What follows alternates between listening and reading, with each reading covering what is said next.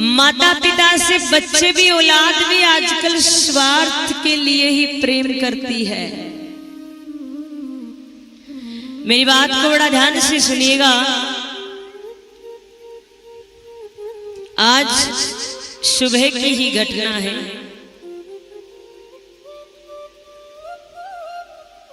मैं किसी भक्त के घर यहां होकर आई थी। आकर देखा एक बाबूजी इंतजार कर रहे थे बहुत देर से। शायद उनको आंखों से अच्छी तरीके से दिखाई भी नहीं दे रहा था।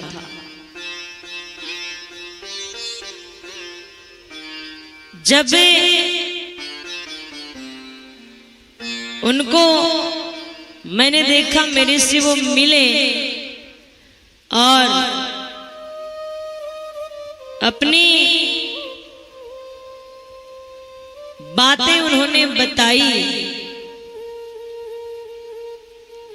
तो मुझे अंदर से रोना आ गया।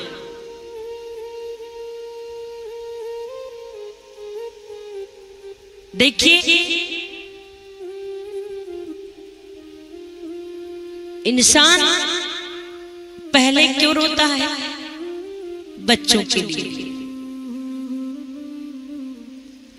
औलाद के लिए रोता है। वो औलाद के लिए कभी मंदिर जाता है, कभी किसी संतों के पास जाता है। और अगर औलाद निकम्मी निकल जाती है तो वो कहां जाए?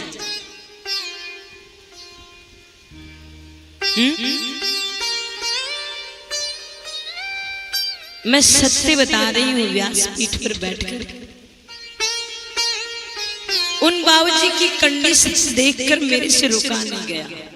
जैसे ही वो गेट से, मैंने बहुत मुश्किल से उनको बाहर निकाला। वो अपनी जूतियां पहन रहे थे ऐसे ऐसे कर कर। मैंने कहा, बाबूजी आप चले जाएंगे? कहा, हाँ बेटे, मैं द्वार तक तो चला जाऊंगा। लेकिन वो चले गए। उसके बाद मुझे अपने आप ही रोना आ गया एकांत में कि ऐसी औलाद का मर जाना ही अच्छा है? ऐसी औलाद का जीवित रहना अच्छा नहीं है। जो माँ और बाप से बेटा नहीं बोलता है, उस बेटे का जीने का अधिकार नहीं है, उस बहू का जीने का अधिकार नहीं है। उसको मर जाना चाहिए। मैं सत्य कहती हूँ।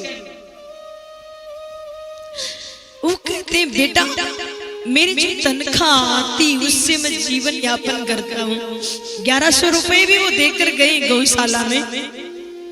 मेरा मन नहीं था उनकी कंडीशन देख कर कि मैं इनसे दान लूं, लेकिन जबरदस्ती वो रख गए मेरे वहां टेबल पर।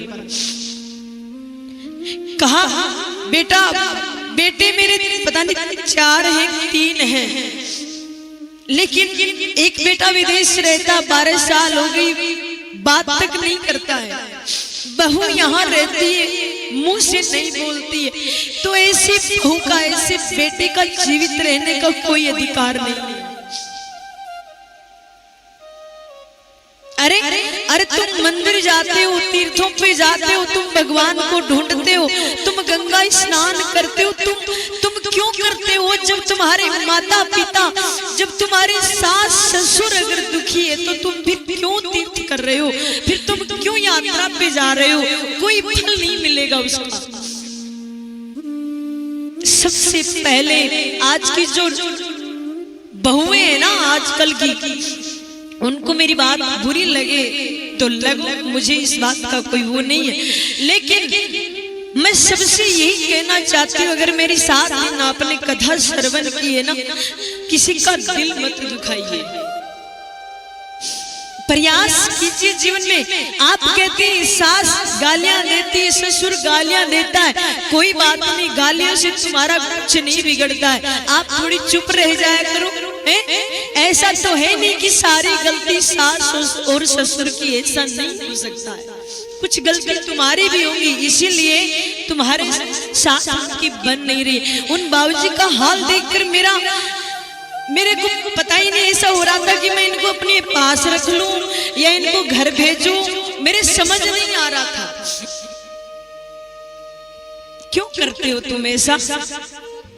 कथाएं सुनते हो तुम इतनी सुंदर सुंदर, और फिर भी तुम्हारे सास ससुर दुखी है, और हाँ तुम उनसे बोलते नहीं हो, तुम उनका कहना नहीं मानते हो, तुम उनको कुछ बनाकर नहीं देते हो। क्यों? कोई तुम्हारे दुश्मन थोड़ी है, आप ऐसा व्यवहार करते हो उनके साथ में। अरे लानत है उस बेटे पर जो 12 साल बीत गए अपने बाप से वो बात नहीं करता। अरे पागल, अरे मूर्ख, तेरे को पढ़ाने के लिए, तेरे को इतना बड़ा करने के लिए इस बाप ने और इस माँ ने पता नहीं क्या क्या किया होगा, और आज तू है इतना मूर्ख, इतना निर्दयी, जो कि तेरी माँ से और तेरे बाप से नहीं बोलता है। जो वस्तु जिसके पास होती है ना, उसको उसके मूल्य का पता नहीं होता है। मेरे से पूछिए बाप की कीमत क्या होती है। जब हमें यही नहीं पता था कि ये संसारिक दुनिया कैसी है, उसी समय पिताजी छोड़कर चले गए। आज ये फील होता है कि पिताजी होते तो कितना अच्छा लगता। कितने भाग्यशाली हो कि तुम्हारे सामने पिताजी हैं और तुम अपने पिताजी से बात तक नहीं करते हो। तुम कितने निर्दयी हो, मेरे समझ नहीं आ रहा है। और क्यों लड़ते हो? तुम्हें यही नहीं पता कि तुम कितने समय के लिए आए हो और कब चले जाओगे। क्यों इतना ऐसा व्यवहार कर रहे हो तुम?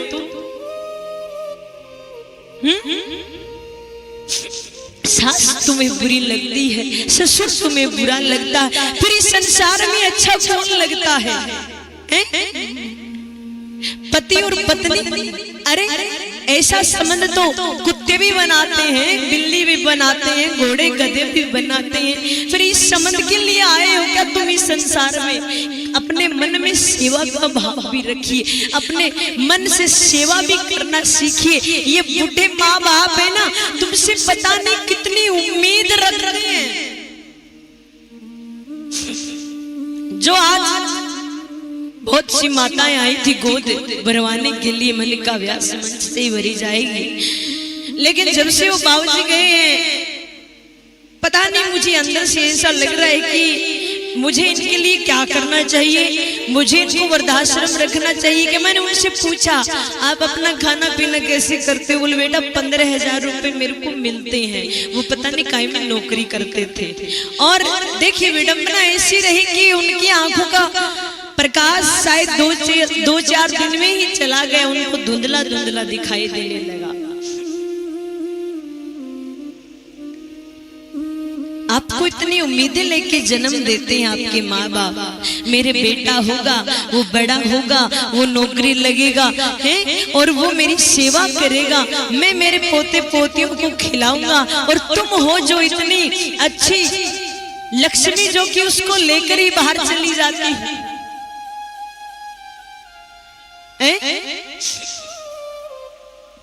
आजकल की बहुओं को अगर जरा सा कह देना तो अपने बेटे को, अपने पति को सीधा ही लेकर चली जाती है बाहर।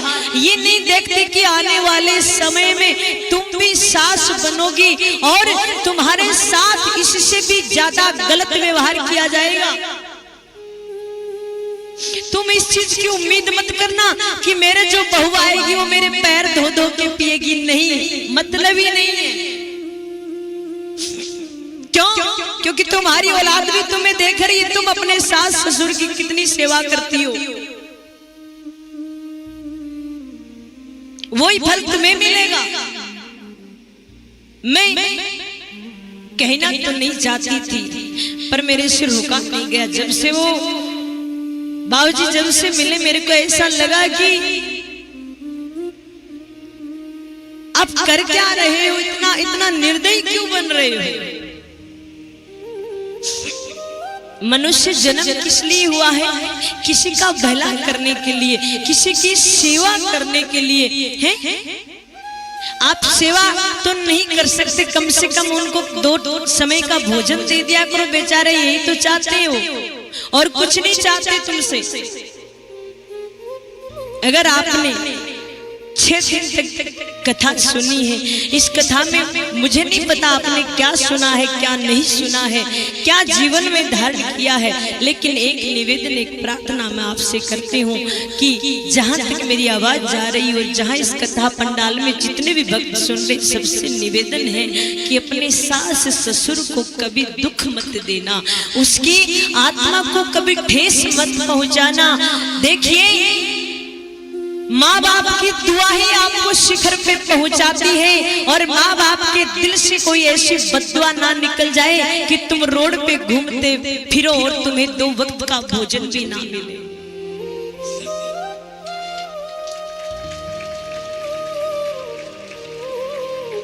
मान लीजिए तुम्हारी सास लाख गुना बुरी है, मान लीजिए तुम्हारा ससुर बिल्कुल बुरा है, लेकिन तुम अच्छे बन जाओ,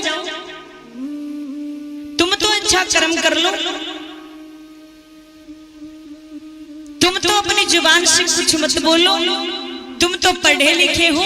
आजकल के ज्यादा पढ़े लिखे ज्यादा परेशान हैं, ज्यादा डिग्रियां ले रखी, इसलिए माइंड तुम्हारा एब्सेंट रहता है। देवताओं पे तुम भी विश्वास नहीं करते हो, पूजा पाठ तुम्हें कोई आवश्यक नहीं है। पढ़े लिखे लोगों से पूछिए, आप क्या कहेंगे? नहीं नहीं नहीं, हम इन पे विश्वास नहीं करते। क्यों नहीं करते आप? क्योंकि आपने डिग्रियां ज्यादा ले ली। निवेदन यही है, जाते जाते आज के भी कुछ चंद ही घंटे अपने माता पिता की सेवा करना,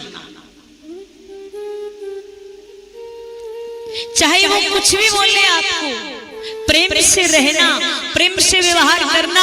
और सास ससुर ही नहीं, मैं तो ये भी कहती हूँ कि आस पास पड़ोस में भी अगर कोई तुम्हें मिल जाए तो आपका भाव है तो दौड़कर जाकर उसकी भी सेवा कीजिए।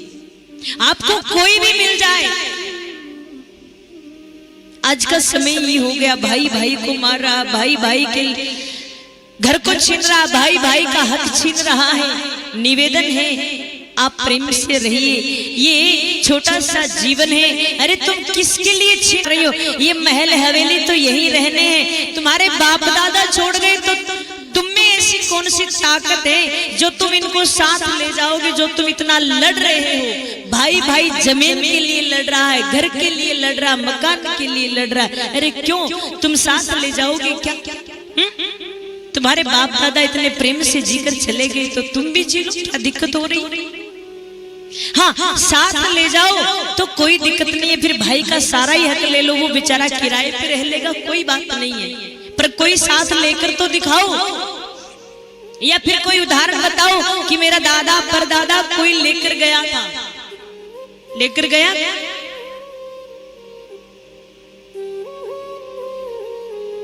कुछ साथ नहीं चलेगा। एक दूसरे से प्रेम से रहने की कोशिश करो। फिर से निवेदन करूंगी, ये जो लाचार जो बूढ़े माँ बाप है ना, इनकी सेवा अवश्य करना। क्यों?